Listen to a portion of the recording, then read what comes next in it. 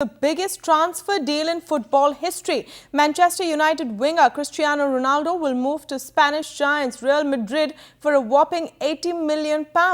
United accepted the Portuguese winger's request to move to the Spanish club in the summer.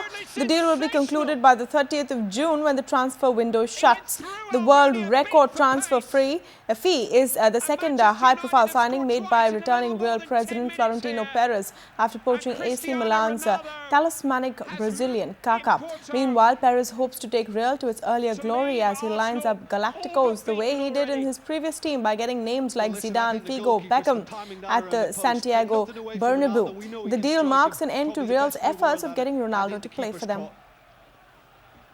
Now, Cristiano Ronaldo now tops the pool of most expensive player transfers with the £80 million unconditional offer made by Real Madrid.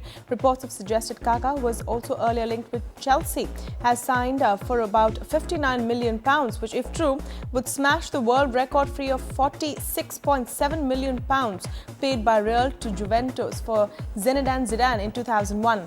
Now, before Zizou's £1 million move, Portuguese great Luís Figo was the world's most expensive footballer with a price tag of £37 million during his move to Barcelona from Real Madrid.